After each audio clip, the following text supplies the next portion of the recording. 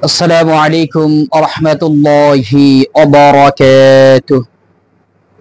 الحمد لله وكفى وسلام على عباده الذين اصطفى.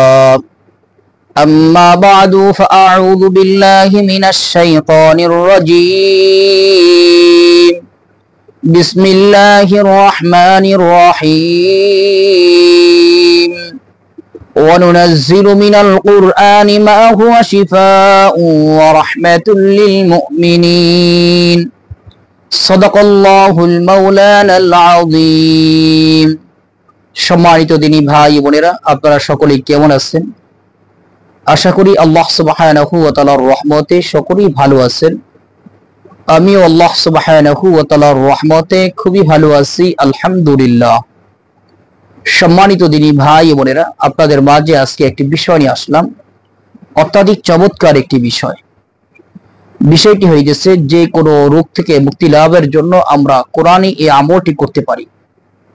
ইনশাআল্লাহ আল্লাহ সুবহানাহু ওয়া তাআলা অবশ্যই কোরআনে এই আমলের মাধ্যমে আল্লাহ সুবহানাহু ওয়া তাআলা শিফা দান করবেন, অবশ্যই করবেন। কোরআনে আমল দ্বারা যদি কেউ উপকৃত পেতে চান, উপকার ফলাফল পেতে চান, তাহলে চারটা বিষয় লক্ষ্য রাখতে হবে। 1 নাম্বার, সৎ উদ্দেশ্যে আমল করতে হবে। 2 নাম্বার, বিশ্বাস, পরিপূর্ণ বিশ্বাস একে নিয়ে আমল করতে হবে। 3 নাম্বার, গুনাহ থেকে বেঁচে থাকতে হবে। 4 নাম্বার, বেশি বেশি আল্লাহ পাকের নিকট দোয়া করতে হবে।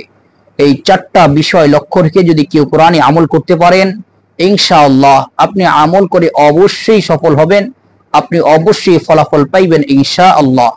সম্মানিত দিনী ভাই বোনেরা, চলুন আমরা কোরআনী আমল সম্পর্কে জেনে নিই। প্রথমে এরকম ভাবে একটা বোতলে পানি নেবেন অথবা গ্লাসের মধ্যে পানি নেবেন। পানি নেওয়ার পরে ওযুর সহিত কয়েকবার ইস্তেগফার পাঠ করবেন, কয়েকবার দুরূদ ইব্রাহিম পাঠ করবেন।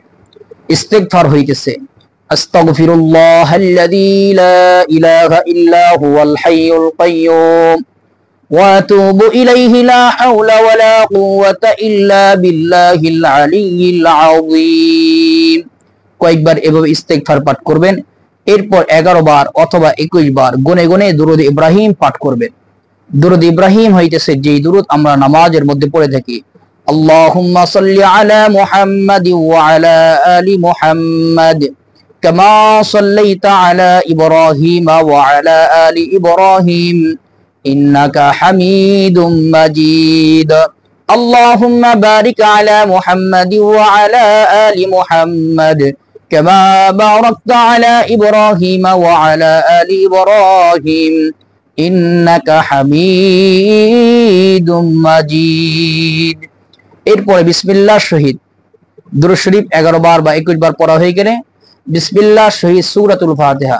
বিসমিল্লাহির রহমানির রহিম।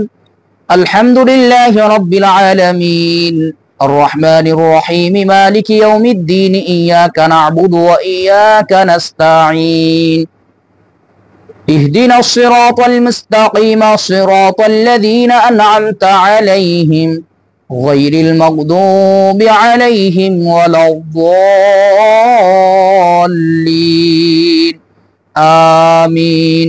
আবার বিসমিল্লাহ শহীদ এইভাবে 41 বার সূরাতুল ফাতিহা পাঠ করার পরে এইভাবে আপনি পানির মধ্যে ফু দিবেন।